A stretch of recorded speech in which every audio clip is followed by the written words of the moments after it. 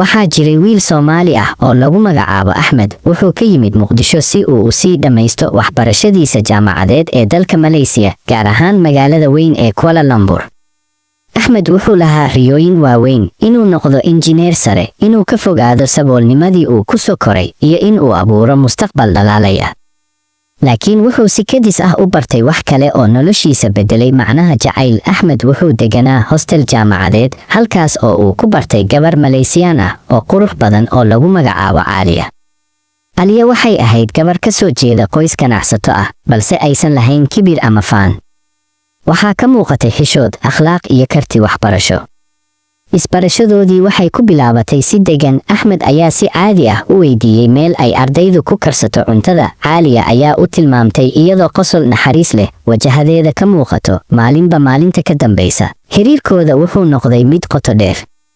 waxay wada galaan fasalada, ku wada cunteeyaan qolka cuntada, xitaa mararka qaar waxay isweydaarsadaan buugaag.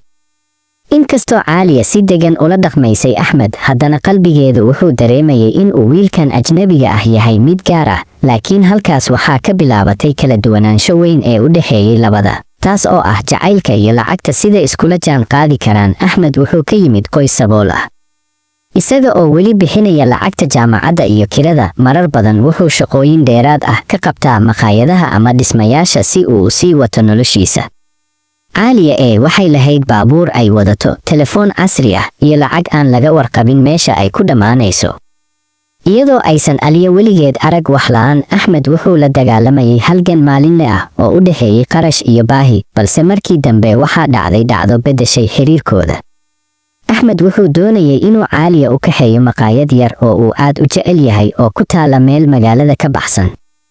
wuxuu islahaa, waxaan rabaa in ay ogaato inaan jacayl dhab ah u qabo, inkastoo aanan lacag badan haysan. wuxuu qaatay lacagtiisii ugu dambaysay, wuxuuna dalbaday 2 saxan oo bariis iyo hilib la dubay ah. laakiin markii ay fadhiisteen, Caaliya way ka naxday muuqaalka maqaayadda.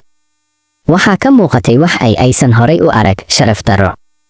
waxa ay ahayd meel dadka saboolka ah iskaga cunteeyaan, kursiyo jajaban iyo biyaha oo lagu cabo saxan dildilaacsan. Caaliya ma aysan dhihin wax hadal ah, laakiin wejigeeda ayaa wax kasta sheegayay.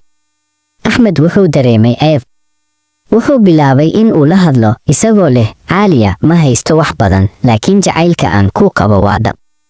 lacagtu ma aha wax aan leeyahay, laakiin qalbi daacad ah ayaan ku hayaa. Caaliya waxay aamusnayd in muddo ah, kadibna waxay si tartiib ah ugu tiri, Axmed, ma ogid sidaan u jeclahay kalsoonidaada. laakiin weli waan garan lahay haddii jacaylka keliya uu nolosha ku filan yahay. hadalkii Caaliya wuxuu qalbiga Axmed ka dhigay sida dhagax biyo lagu riday. wuxuu bilaabay in uu isweydiiyo, ma aniga ayaa qalad ku jira mise adduunka ayaa sidan u qalloocan?